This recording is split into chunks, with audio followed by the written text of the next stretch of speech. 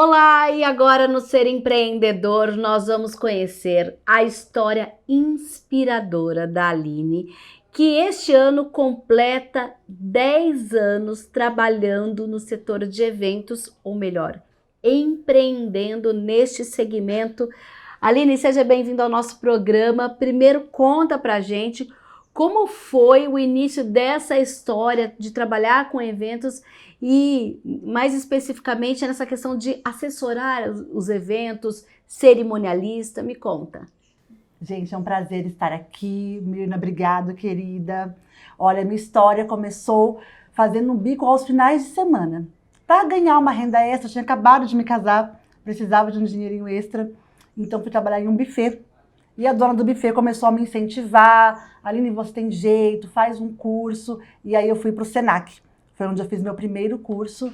Alguns meses depois já estava realmente atuando, já recebi alguns pedidos, convites para atuar nos casamentos. Nesse primeiro trabalho lá no buffet, o que você fazia? Garçonete e recepcionista. Aí, a pessoa que te contratou, que te abriu os olhos, então. Exato.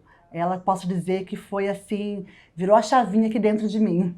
Sim, fez os cursos no Senac e lá naquele buffet mesmo, com aqueles contatos que você tinha naquele momento, é que você começou a fazer a sua carteira de clientes. Exato. O meu primeiro contrato, aliás, eu fechei junto com ela. Nós fomos atender um cliente e foi meu primeiro contrato fechado e aí as portas foram se abrindo. E o que é basicamente assessorar um evento? Quais são os eventos? Conta um pouquinho para nós. Mirna, assessorar um evento engloba todas as etapas. Então eu atuo desde que o evento virou uma ideia, como tirar essa ideia do papel, quais são os primeiros passos, organizar, planejar, estar ali fiscalizando se tudo está ocorrendo como foi combinado. E no dia do evento, que é um dos principais, nós estamos ali desde a primeira empresa de montagem até o apagar das luzes. Sim, quando a gente fala nesse evento, o que é? É empresa, é casamento, é aniversário? Como funciona isso? O nosso carro-chefe hoje são os casamentos. Executamos eventos corporativos, outros tipos, mas nosso carro-chefe são os casamentos. Sim. A gente falou aí de carro-chefe, de casamento, e é quase impossível, Aline, a gente não falar de que nessa sua história que completa 10 anos agora, nós tivemos o período de pandemia, casamentos sendo desmarcados, alguns, marcados para um outro momento em que tudo pudesse ser realizado. Sim. Como foi trabalhar com eventos neste período? Olha, o primeiro momento foi um choque. A notícia de que teríamos que remarcar os eventos, mas para mim foi um abrir de olhos, foi a oportunidade que eu tive de mudar um pouco o meu segmento, de me posicionar de uma maneira diferente.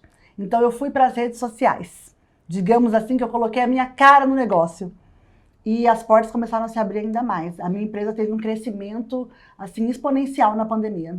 Ué, mas se não tinha evento, se não podia fazer nada presencial, conta para nós como foi.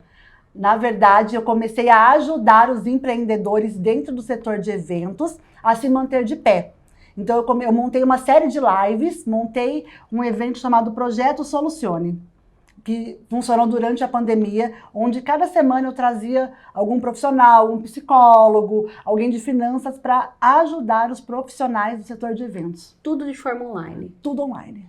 E aí foi onde você foi ganhando notoriedade, conhecimento, seguidores. Exato. Foi onde nós conseguimos atrair outros olhares e eu comecei a ser convidada para fazer palestras, para dar algumas mentorias. Então, as coisas foram acontecendo naturalmente. Eu não planejei mudar um pouquinho a rota. Foi natural. Sim. E hoje, passado esse período, nós já temos os eventos acontecendo normalmente. Você consegue administrar as duas funções dentro da sua empresa? Sim, porque hoje eu adquiri a visão da qualidade e não mais da quantidade, igual era antes da pandemia. A pandemia também nos passou essa peneira de ver o que realmente é importante. Então hoje eu diminuí a quantidade de eventos para oferecer uma qualidade melhor para o meu cliente e com isso eu preencho as lacunas com as palestras, com as mentorias e onde me chamarem nós estamos lá. Certo. Aí a gente pensa nesse virar de chave duas vezes. Primeiro, na carreira em si, né? Que você acabou decidindo, de se descobrindo quando alguém olhou para você algo que você mesmo não tinha percebido. E segundo, a dificuldade da pandemia, que você ampliou o seu leque. Hoje, com todo esse trabalho, você consegue ter um faturamento de quanto? Hoje o nosso faturamento fica em torno de 8 mil, 9, nessa faixa. Sim. E quais os planos para o futuro?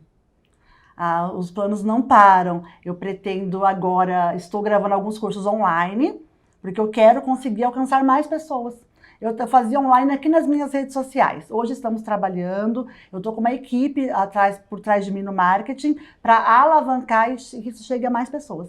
Sim, então quer dizer, vai ser uma outra possibilidade, por exemplo, de venda desses cursos, é isso? Exato, isso. O primeiro curso já está aí no forno, está para sair nos próximos dias, que é de atendimento ao cliente voltado para o setor de eventos. Sim. E como você observa o mercado aqui da região metropolitana de Campinas, quando a gente fala nessa organização, qual o tipo de exigência do cliente aqui? Como é isso para você?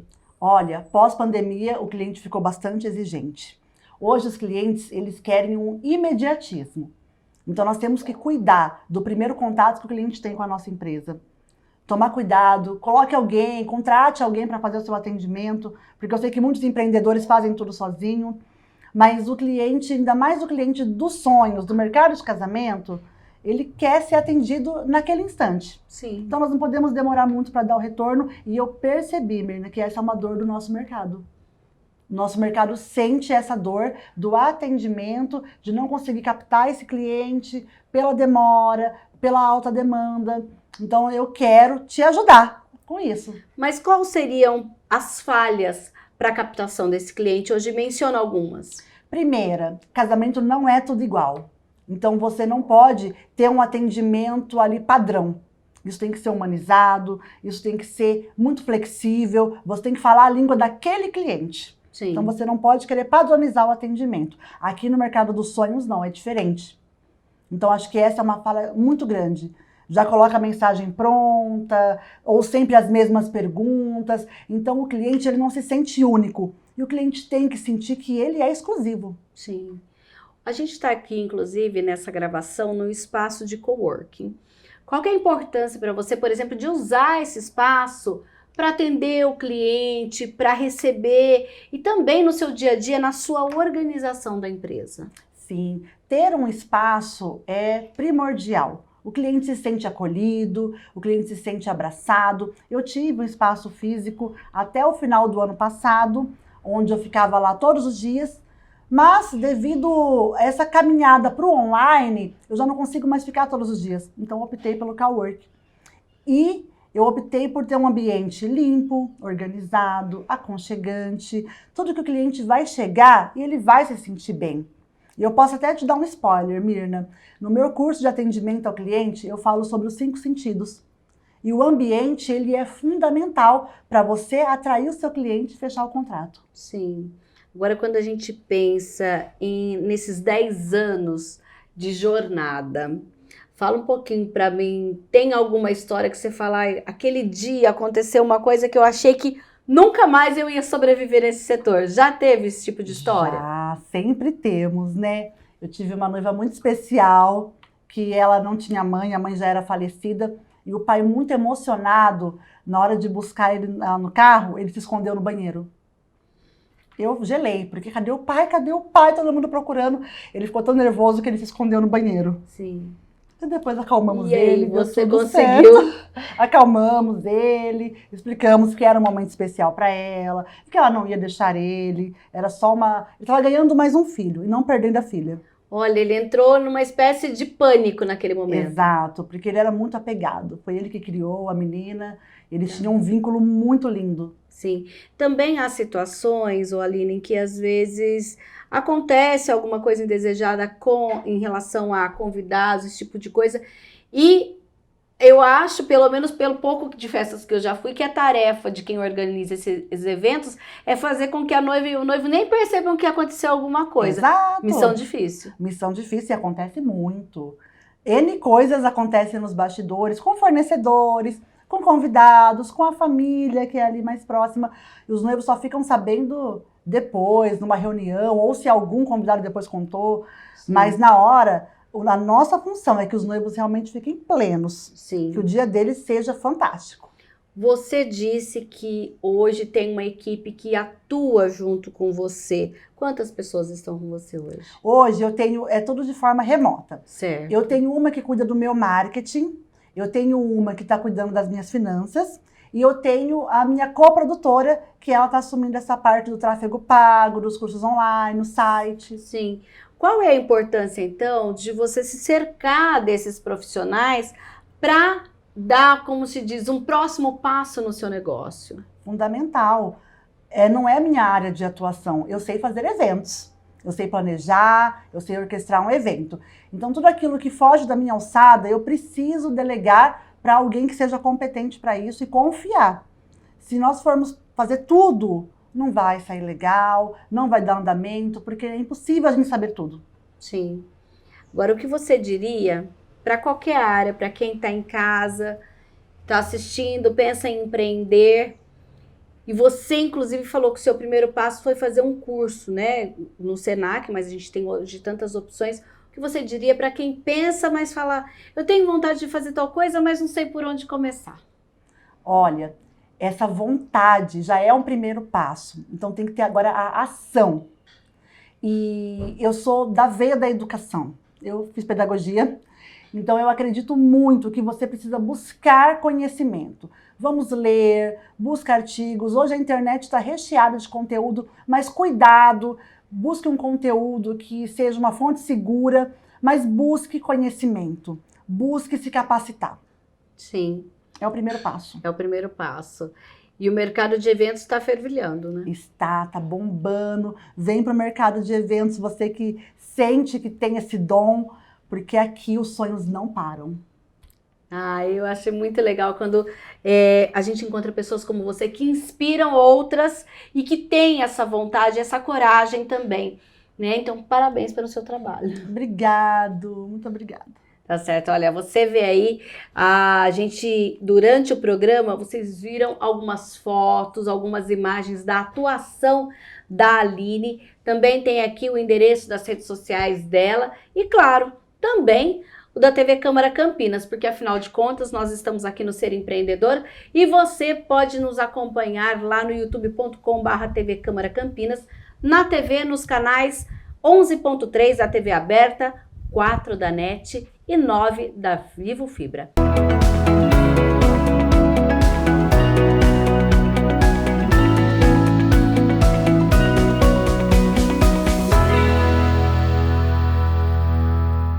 E a gente começa com o livro de Jim Collins, Good to Great, Empresas Feitas para Vencer, onde o autor procura destrinchar todos os segredos das companhias que deram certo. A obra mostra como as grandes empresas triunfam no decorrer do tempo e como o desempenho sustentável a longo prazo pode ser inserido no DNA de uma organização desde a sua concepção. Collins apresenta exemplos que desafiam a lógica e transformam a mediocridade em uma superioridade duradoura. O autor descreve também as características universais que levam uma empresa a se tornar excelente e outras não. Funciona quase como um manual sobre como fazer uma empresa abandonar o conformismo e a zona de conforto para conseguir alcançar o sucesso. É uma leitura obrigatória para quem quer se destacar no mercado. A loja de tudo, Jeff Bezos e a era da Amazon. Qual empregador que não gostaria de conhecer a história de um dos maiores empresários do mundo? O livro conta a história do bilionário que criou uma das maiores empresas do mundo, a Amazon. Ele desenvolveu uma cultura corporativa de ambição implacável e alto sigilo que poucos conheciam de verdade. Assim, a obra reúne depoimentos de familiares, amigos, ex-funcionários, colaboradores, executivos. É uma leitura perfeita para quem quer conhecer a história do criador de um dos maiores marketplaces do mundo. No filme O Sushi dos Sonhos de Jiro, Você vai conhecer a história do chefe de sushi Jiro Ono, de 85 anos, cujo restaurante de apenas 10 lugares e pratos de $300 se tornou lendário em Tóquio. Com um sushi bar de sucesso, há décadas entre os melhores restaurantes japoneses, ele nunca parou de aprimorar a sua culinária. O filme traz uma mensagem inspiradora para quem quer empreender. Trabalhe com aquilo que você ama. Além disso, outro ensinamento do longa é que você jamais deve parar de se aperfeiçoar. Jiro, apesar de ter tudo para se acomodar, continua criando, testando e aprendendo. A trajetória do homem que foi considerado como o maior mestre sushi do mundo em um documentário emocionante e imperdível nas plataformas digitais.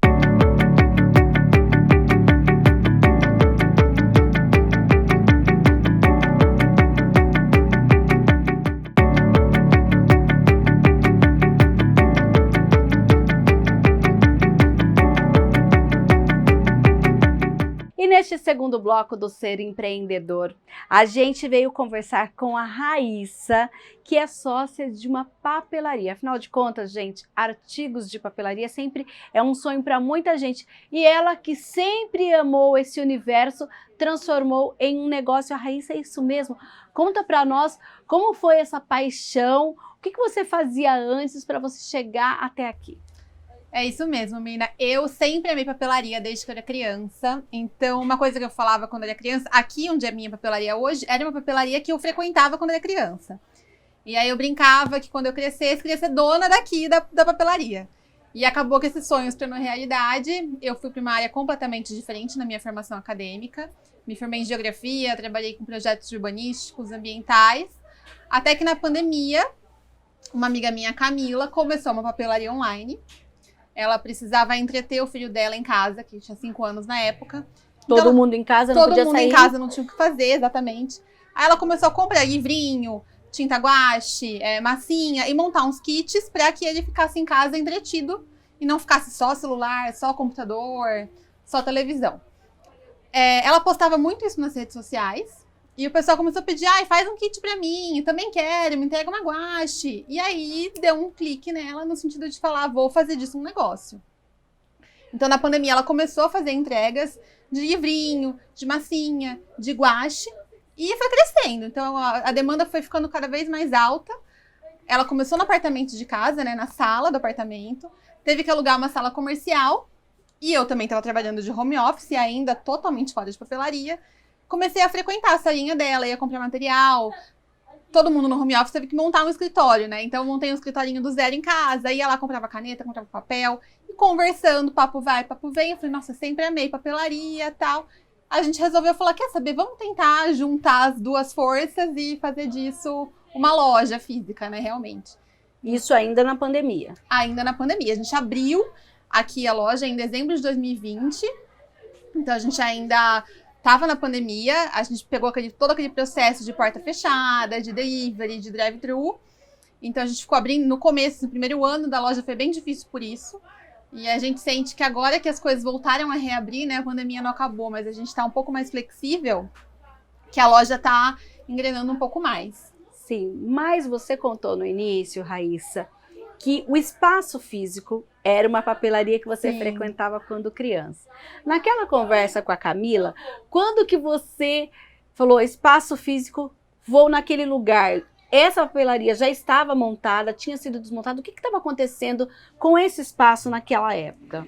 Então, aqui é um lugar que eu sempre passei, é um caminho que eu, perto de casa, trabalho, enfim, então eu sempre passava por aqui. E eu percebi que estava fechado. Então, desde o início da pandemia, a loja estava fechada, tudo fechado aqui, ninguém sabia o que era, o que não era. Eu, por ter frequentado muito aqui, esse lugar foi uma papelaria por quase 30 anos. Então, como eu frequentava muito esse lugar, eu conheci o pessoal daqui. A Camila, por coincidência, o marido dela também estudou com alguém que foi daqui, enfim. E eu falei, nossa, tá fechado, tá fechado, tá fechado. Eu falei pra ela, olha, tem um lugar que eu conheço, que é bom, que vai ser legal. Aí a gente entrou em contato com o pessoal da casa, a papelaria já estava fechada, a casa estava fechada. E aí acabou dando certo da gente vir Já pra cá. tinha uma placa aluga-se ou nem tinha? Não, nem tinha. Eles tinham acabado de fechar. Eles fecharam no começo da pandemia e a gente Sim. foi abrir no final fim. do ano. Isso. Sim. E a partir disso, você contou que também estava em home office, Sim. continuou ainda por um tempo ou já abandonou outro trabalho? Não, a Camila sempre desde o começo ficou 100% aqui, full time. Eu trabalhava, né, eu era CLT em outro emprego, então no começo rola aquele medo de abandonar o CLT, ficar só no negócio. Fiquei por 1 ano e meio, praticamente, conciliando os 2 trabalhos, até que eu falei, não, agora eu vou me dedicar 100% à papelaria, porque é o que vai me dar mais futuro, é o que eu mais gosto de fazer e é onde estava precisando mesmo da minha atenção. Sim, mas e aquele momento? Porque sempre que a gente fala em CLT, ainda existe aquela imagem de segurança na carreira, segurança. Como foi para você e os desafios de, digamos que, superar todos os medos que esse momento e que essa decisão exige para empreender? Fiquei com medo, porque assim, a gente tem aquela coisa de CLT uma segurança, tá aí garantido todo mês, é seguro-saúde, FGTS, tudo isso. Só que eu tenho um perfil mais aventureiro. Eu nunca tive problema com mudança, eu mudei de cidade, fui estudar, fui trabalhar, viajei muito. Então, assim, nunca foi um problema pra mim essa questão de encarar o novo. Então, eu falei, quer saber? Eu tenho uma pessoa, um companheiro que também podia me dar um suporte caso acontecesse alguma coisa. Caso desse errado, todo mundo apoiando, eu falei, não, eu vou encarar, porque não vai ser isso que vai me fazer parar agora. E era um momento, assim, que ou eu me dedicava 100% à papelaria e fazia isso aqui virar, ou eu ia tocando e, assim, eu não tava 100% em nenhum dos dois. Então eu tava numa zona que não é uma zona que eu gosto de ficar. Então eu falei, não. Porque você é daquelas que se dedica 100% ao que tá fazendo. Exatamente. Então eu tava assim, um pouco lá, um pouco cá. Quando eu tava no meu outro emprego CLT, eu ficava pensando na papelaria. Quando eu tava na papelaria, eu ficava pensando o que eu tinha que fazer pra lá. Então não tava legal pra mim. Aí eu falei, não, como eu não tenho medo de mudança, falei, tô nova ainda, vamos lá, é a hora de encarar. Sim. 2020, você disse que teve esse primeiro ano que ainda teve esses momentos de volta, ainda a pandemia com números altos, em 2021 ainda. Primeiro ano, como foi manter esse negócio? Você tinha saído, devia ter alguma renda desse serviço CLT, mas como foi manter o negócio para que vocês chegassem até aqui? Sim, foi muito difícil, porque assim, a gente abriu em dezembro de 2020, logo em seguida eu passei por um trauma familiar, assim, de perdas de pessoas muito próximas por Covid. Então, eu que já estava, tinha o meu outro emprego, não estava 100% da papelaria, me ausentei ainda mais, porque eu fiquei em um momento muito abalada emocionalmente. A Camila segurou a onda aqui sozinha. E a Camila é muito da parte de marketing, internet. Então, assim, o que segurou a gente, o que conseguiu manter a gente na loja, e que fez com que a gente chegasse até aqui, com certeza, foi a parte de internet. Foram as postagens que ela fazia, foram as entregas que a gente fazia muita entrega. Muito delivery, a pessoa escolhia aqui, a gente fazia chamada de vídeo com a pessoa escolhia, chegava até a porta, a gente só abria a porta e entregava a sacola. Quando a gente pôde abrir, há 1 ou 2 semanas, vai poder abrir, a gente abria, né, com todos os cuidados de máscara, distanciamento social. Mas eu acho que o trabalho de internet, de entrega, de delivery foi o que fez com que a gente se segurasse e conseguisse chegar até aqui hoje. Esse trabalho continua ou vocês abandonaram? Não, continua. A gente tem, depois disso, a gente criou o site próprio da papelaria. Então, a gente tem um site próprio, a gente vende nos marketplaces e a gente também tem muitas vendas feitas por rede social. Sim.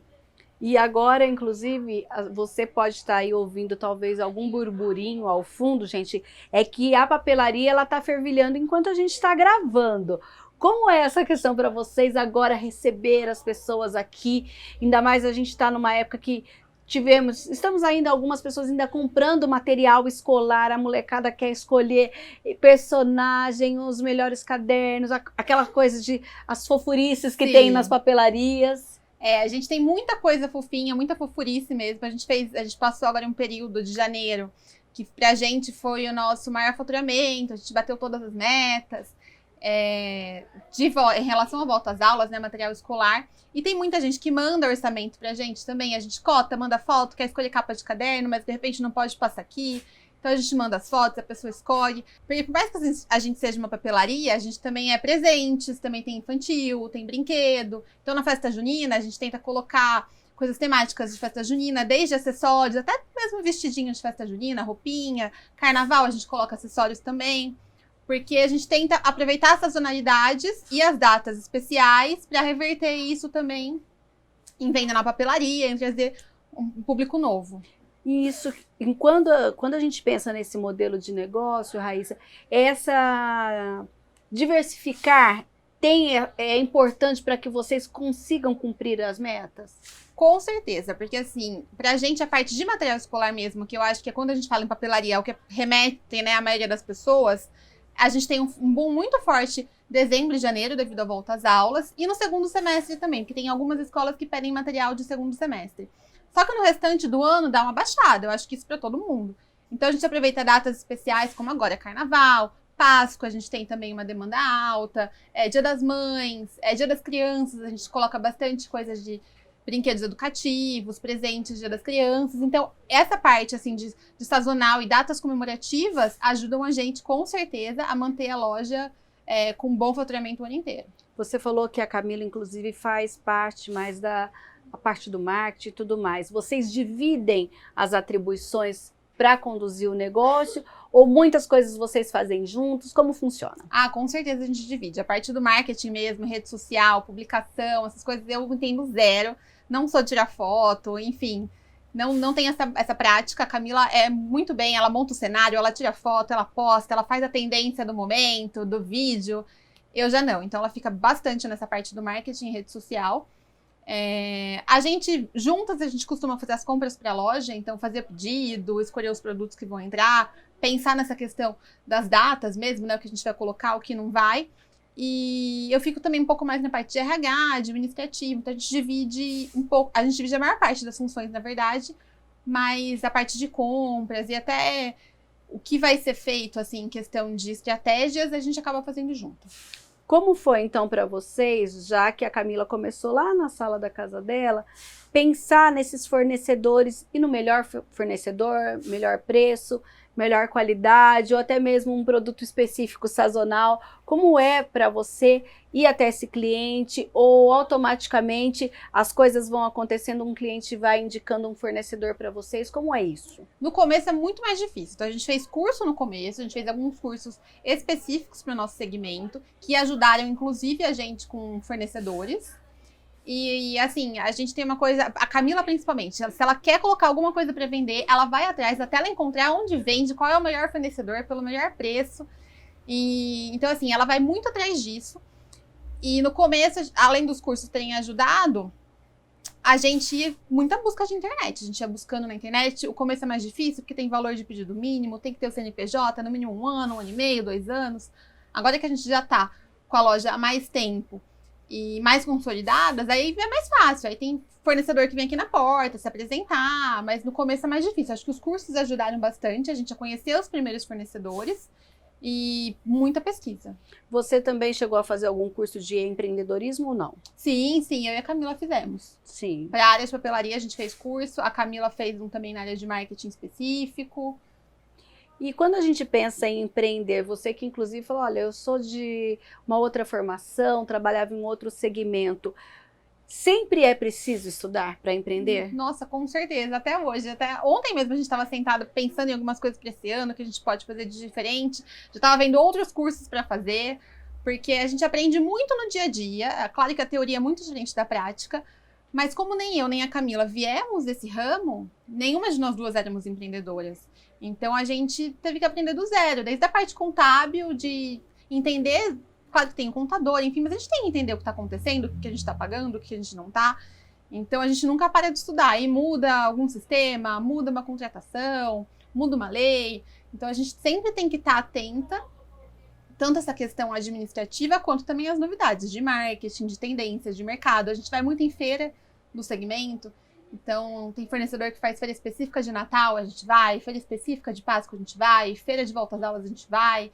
Pra sempre estar atenta às novidades do mercado.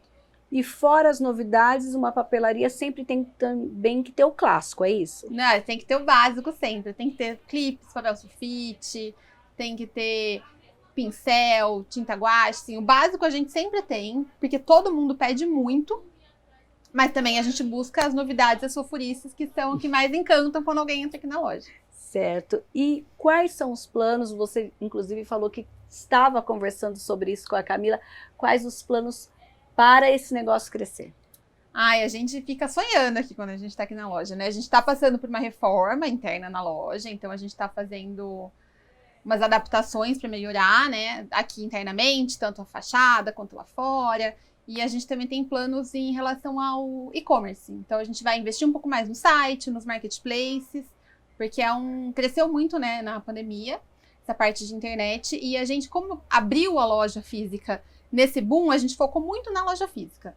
Por mais que a gente tenha venda, a gente tem e-commerce, tem site, tem tudo, a gente focou muito mais na loja física. Agora que a loja física tá, de certa forma, redondinha, a gente vai focar mais também na parte de internet. Você lembra quanto vocês investiram para abrir o negócio?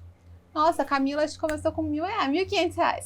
Mas aí vocês vieram para cá, tiveram um custo maior quando vieram para cá. Tivemos um custo maior aqui, a gente não fez grandes reformas na casa, nem nada disso, mas a gente teve um custo maior aqui.